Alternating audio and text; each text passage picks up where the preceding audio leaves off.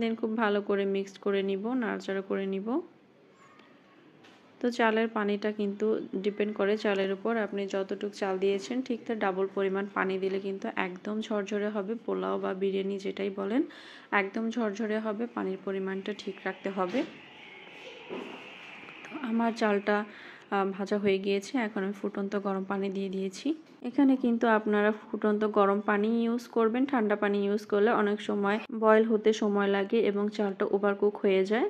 দেন আমি এখানে কিছুটা গুঁড়া দুধ দিয়ে দিচ্ছি। গুঁড়া দুধটা দিলে ফ্লেভার এবং কালারটা অনেক বেশি সুন্দর আসে, খেতেও মজা লাগে। তো গুঁড়ো দুধ দেওয়ার পর সাথে সাথে একটু নাড়াচাড়া করে মিক্স করে নিতে হবে, না হলে গুঁড়া দুধটা দলা পাকিয়ে যাবে। আমি নাড়াচাড়া করে মিক্স করে নিয়েছি। এখন আমি পরিমাণ মতো লবণ দিয়ে দিয়েছি। যেহেতু মাংসের মধ্যে লবণ আছে, এই জন্য আমি অল্প একটু লবণ দিয়ে দিয়েছি, খুব বেশি দেইনি। বেশি দিলে হচ্ছে অনেক বেশি লবণ হয়ে যাবে, যেহেতু মাংসটাও এখানে মিক্স করে দিব।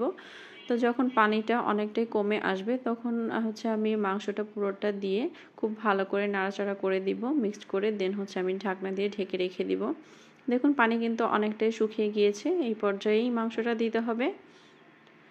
তো এই পর্যায়ে হচ্ছে আমি অল্প একটু কেওড়া জল দিয়ে দিচ্ছি। কেওড়া জলটা দিলে ফ্লেভারটা অনেক বেশি সুন্দর আসে, সুন্দর একটা সেন্ট বের হয় বিরিয়ানি থেকে।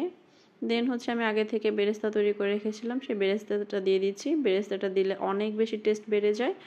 ঘি তো মাস্ট থাকবেই, পোলাও বিরিয়ানিতে আপনারা সবাই জানেন আমি ঘি ইউজ করি। তো ঘি দিয়ে দিলাম। এখন আমি ঢাকনা দিয়ে চুলার হিটটা একদম লো করে 15 মিনিটের মতো রান্না করে নিব। ফিরে আসছি 15 মিনিট পর। দেখুন আমার বিরিয়ানিটা কিন্তু একদম 100% হয়ে গিয়েছে, একদম ঝরঝরে। দেখেই বোঝা যাচ্ছে কতটা মজা হয়েছে।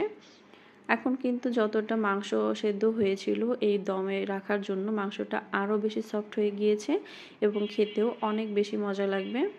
দেখতেই পাচ্ছেন কত সুন্দরভাবে কুক হয়ে গিয়েছে। তো আমি পুরো এপাশ ওপাশ করে নাড়াচাড়া করে দিচ্ছি। নিচে সবগুলো পোলাও বা মাংস যেটাই বলেন উপরে আমি দিয়ে দিচ্ছি, উপরেগুলো নিচে এরকম করে দিয়ে দিচ্ছি, যাতে সবগুলো চাল খুব ভালো করে সেদ্ধ হয়ে যায় এবং সবগুলো মাংস, বিরিয়ানি, পোলাও সব কিছু মিক্সড হয়ে যায়। তো আবার আমি খুব ভালো করে উপরটা এরকম সমান করে দিয়ে আবারও ঢেকে রেখে দিব 10 মিনিটের জন্য। তো এখন চুলাটা একদম অফ করে দিয়েছি। আমার রান্না কিন্তু একদমই হয়ে গিয়েছে। এরকম করে বিরিয়ানি রান্না করলে কিন্তু অসাধারণ টেস্ট হয়। যে কোনো প্রোগ্রাম বা মেহমান আসলেও কিন্তু আপনারা এভাবে সার্ভ করতে পারেন। তো আমি সার্ভ করে দেখিয়ে দিয়েছি, দেখতেই পাচ্ছেন কতটা মজা হয়েছে আর হচ্ছে কতটা ঝরঝরে হয়েছে। পোলাও বিরিয়ানি কিন্তু ঝরঝরে না হলে খেতে ভালো লাগে না। তো ঝরঝরে বিরিয়ানি কার না ভালো লাগে।